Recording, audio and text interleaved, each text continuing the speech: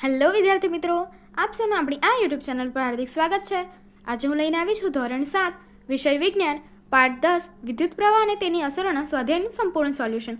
તો ચાલો આપણે આગળ વધીએ, પરંતુ તે પહેલાં જો તમે આપણી આ યુટ્યુબ ચેનલને લાઇક, શેર અને સબસ્ક્રાઇબ ન કરી હોય તો જરૂરથી કરજો। ધોરણ 7 વિષય વિજ્ઞાન એનસીઈઆરટી મુજબ પાઠ 10 વિદ્યુત પ્રવાહ અને તેની અસરો સ્વાધ્યાયનું સંપૂર્ણ સોલ્યુશન આજે કરીશું, જે તમને પરીક્ષામાં ખૂબ ઉપયોગી નીવડશે। આ જવાબો તમે વિજ્ઞાનની નોટબુકમાં પણ લખી શકો છો। આપણી ચેનલમાં તમામ વિષયના સ્વાધ્યાય સોલ્યુશન સાથે મૂકવામાં આવે છે, તો તમે તે જોઈ શકો છો, જે અહીંયા મુજબ તમને દર્શાવીને આપેલું છે। હવે ચાલો સ્વાધ્યાય જોઈએ। પ્રશ્ન 1, વિદ્યુત પરિપથના વિદ્યુત ઘટકોને રજૂ કરતી સંજ્ઞાઓ તમારી નોટબુકમાં દોરો। જોડાણ, તાર, ઓફ સ્થિતિમાં કળ, વિદ્યુત બલ્બ, વિદ્યુત કોષ, ઓન સ્થિતિમાં કળ અને બેટરી। તો ચાલો જોઈએ। તો અહીંયા જોડાણનો તાર દર્શાવેલો છે, ઓફ સ્થિતિમાં વિદ્યુત કળ દર્શાવેલું છે, વિદ્યુત બલ્બ દર્શાવેલો છે, ત્યારબાદ વિદ્યુત કોષ દર્શાવેલો છે, ઓન સ્થિતિમાં વિદ્યુત કળ અને બેટરી દર્શાવેલી છે। હવે આગળનો પ્રશ્ન જોઈએ। પ્રશ્ન 2, આકૃતિમાં દર્શાવેલ વિદ્યુત પરિપથને દર્શાવતી વિદ્યુત રેખા આકૃતિ દોરો। તો અહીંયા વિદ્યુત પરિપથ દર્શાવેલો છે। હવે એ મુજબ આપણે એની આપેલ વિદ્યુત પરિપથની રેખાકૃતિ નીચે મુજબ અહીંયા આપણને દર્શાવીને આપણે આપેલી છે, કે જે ઉપર જે આપેલું છે વિદ્યુત પરિપથ એની માટેની છે। આગળનો પ્રશ્ન જોઈએ। પ્રશ્ન 3, આકૃતિમાં 4 વિદ્યુત કોષોને લાકડાના બોર્ડ પર ગોઠવેલા છે, તો 4 વિદ્યુત કોષ ધરાવતી બેટરી બનાવવા માટે તમે તાર વડે તેના ધ્રુવોને કેવી રીતે જોડશો તે દર્શાવતી રેખા દોરો। તો જે પ્રમાણે તમે જોઈ શકો છો, અહીંયા આપણને આકૃતિમાં દોરીને બતાવેલું છે કે આપણે એ 4 વિદ્યુત કોષોમાં આ જે ધ્રુવો કહીએ છીએ એનું જોડાણ આપણે કેવી રીતે કરશું।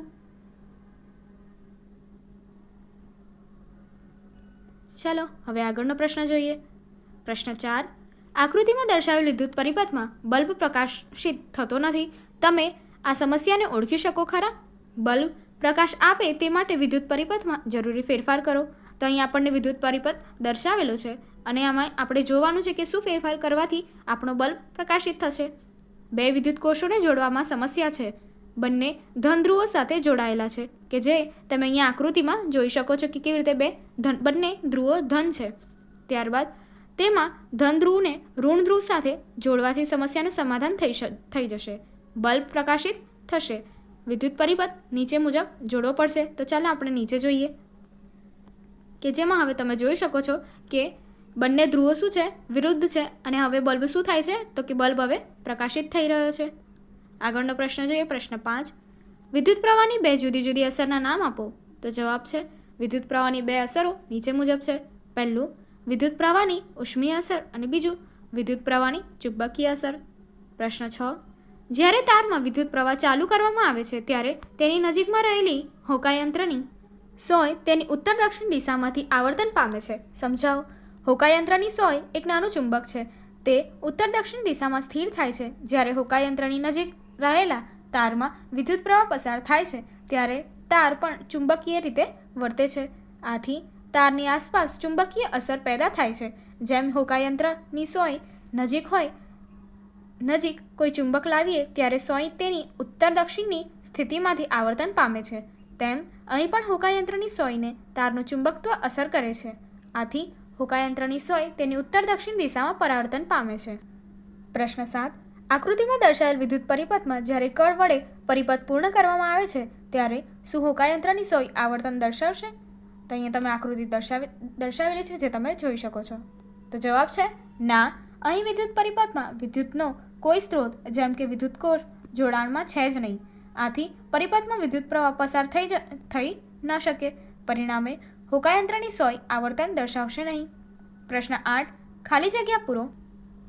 પહેલું, વિદ્યુત કોષની સંજ્ઞામાં લાંબી રેખા ખાલી જગ્યા ધ્રુવ દર્શાવે છે।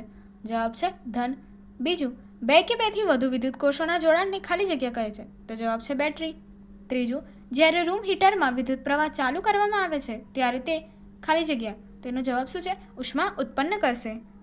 ચોથું, વિદ્યુત પ્રવાહની ઉષ્મીય અસરને આધારે વપરાતા સુરક્ષા ઉપકરણને ખાલી જગ્યા કહે છે। તો એને શું કહે છે, ફ્યુઝ કહે છે। હવે પ્રશ્ન 9, સાચા વિધાન સામે ટી એટલે કે ટ્રુ ખરા માટે અને ખોટા વિધાન સામે F એટલે કે ફોલ્સ ખોટા માટેની નિશાની કરો. પહેલું છે, બે વિદ્યુત કોષની બેટરી બનાવવા માટે એક વિદ્યુત કોષનો ઋણ ધ્રુવ બીજા વિદ્યુત કોષના ઋણ ધ્રુવ સાથે જોડવામાં આવે છે. તો આ વિધાન શું છે? ખોટું છે, એટલે F લખ્યો છે. ત્યારબાદ બીજું, જ્યારે જેમાંથી પસાર થતો હોય વિદ્યુત પ્રવાહ તેની અમુક મર્યાદા કરતાં વધી જાય ત્યારે ફ્યુઝ તાર પીગળીને તૂટી જાય છે. તો એનું વિધાન શું છે? આ વિધાન સાચું છે, એટલા માટે T લખેલો છે. તો અહીંયા આપણને શું સમજાવેલું છે? તો કે જે ફ્યુઝ હોય છે, બરાબર, અહીંયા શું આવશે? ફ્યુઝ, બરાબર છે. ફ્યુઝમાંથી જ્યારે વિદ્યુત પ્રવાહ જે હોય છે એ વધી જાય છે, વધારે પડતો પસાર થાય છે, ત્યારે શું થાય છે? એ ફ્યુઝનો તાર પીગળીને તૂટી જશે.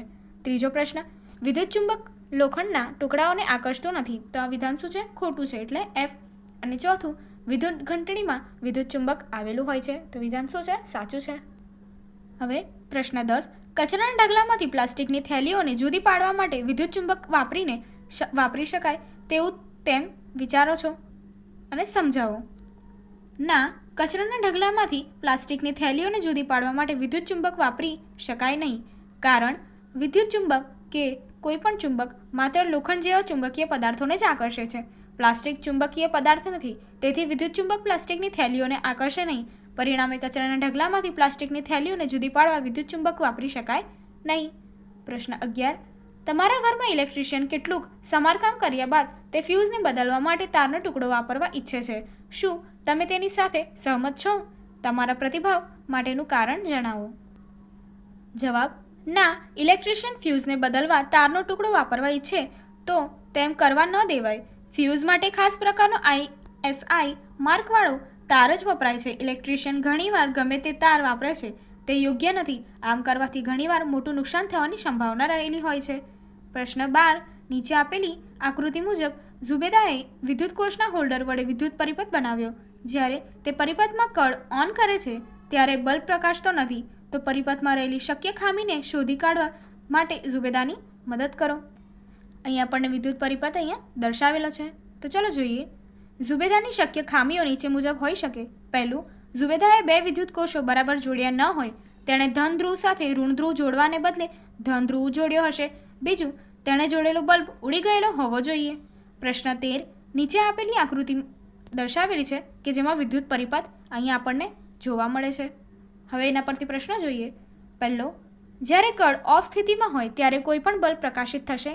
તો જવાબ છે, જ્યારે કળ ઓફ સ્થિતિમાં હોય ત્યારે કોઈ પણ બલ્બ પ્રકાશિત થશે નહીં, કારણ કે કળ ઓફ સ્થિતિમાં હોય ત્યારે વિદ્યુત પરિપથમાં વિદ્યુત પ્રવાહ વહે નહીં, તેથી કોઈ પણ બલ્બ પ્રકાશિત થાય નહીં.